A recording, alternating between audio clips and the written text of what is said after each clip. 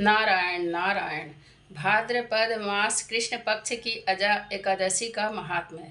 युधिष्ठिर ने पूछा, जनार्दन, अब मैं यह सुनना चाहता हूँ कि भाद्रपद मास के कृष्ण पक्ष में कौन सी एकादशी होती है। कृपया बताइए। भगवान कृष्ण बोले, राजन, एक चित्त होकर सुनो। भाद्रपद मास के कृष्ण पक्ष की एकादशी का नाम अजा है। वह सब पापों का नाश करने वाली बताई गई है। जो भगवान ऋषिकेश का पूजन करके इसका व्रत करता है, उसके सारे पाप नष्ट हो जाते हैं। पूर्व काल में हरिश्चंद्र नामक एक विख्यात चक्रवर्ती राजा हो गए हैं, जो समस्त भूमंडल के स्वामी और सत्य प्रतिज्ञ थे। एक समय किसी कर्म का फल भोग प्राप्त होने पर उन्हें राज्य से भ्रष्ट होना पड़ा। राजा ने अपनी पत्नी और पुत्र को बेचा, फिर अपने को भी बेच दिया। पुण्यात्मा होते हुए भी उन्हें चांडाल की दास्ता करनी पड़ी।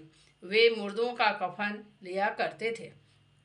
इतने पर भी नृपश्रेष्ठ हरिश्चंद्र सत्य से विचलित नहीं हुए।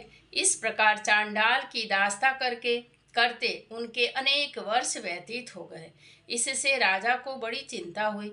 वे अत्यंत दुखी होकर सोचने लगे, क्या करूं, कहाँ जाऊं, कैसे मेरा उद्धार होगा।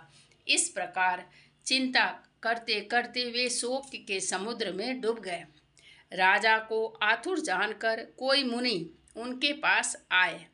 वे महर्षि गौतम थे। श्रेष्ठ ब्राह्मण को आया देख नृपश्रेष्ठ ने उनके चरणों में प्रणाम किया और दोनों हाथ जोड़ गौतम के सामने खड़े होकर अपना सारा दुखमय समाचार कह सुनाया। राजा की बात सुनकर गौतम ने कहा, राजन, भादो के कृष्ण पक्ष में अत्यंत कल्याणमयी अजा नाम की एकादशी आ रही है, जो पुण्य प्रदान करने वाली है। इसका व्रत करो, इससे पाप का अंत होगा। तुम्हारे भाग्य से आज के 7वें दिन एकादशी है।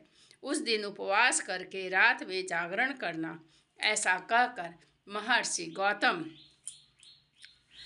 अंतर्ध्यान हो गए। मुनि की बात सुनकर राजा हरिश्चंद्र ने उस उत्तम व्रत का अनुष्ठान किया।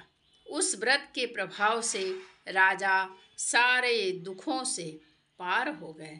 उन्हें पत्नी का सन्निधान और पुत्र का जीवन मिल गया।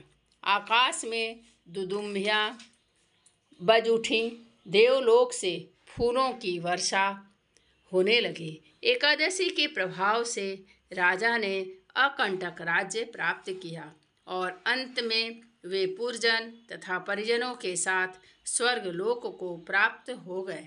राजा युधिष्ठिर, जो मनुष्य ऐसा व्रत करते हैं, वे सब पापों से मुक्त हो स्वर्गलोक में जाते हैं।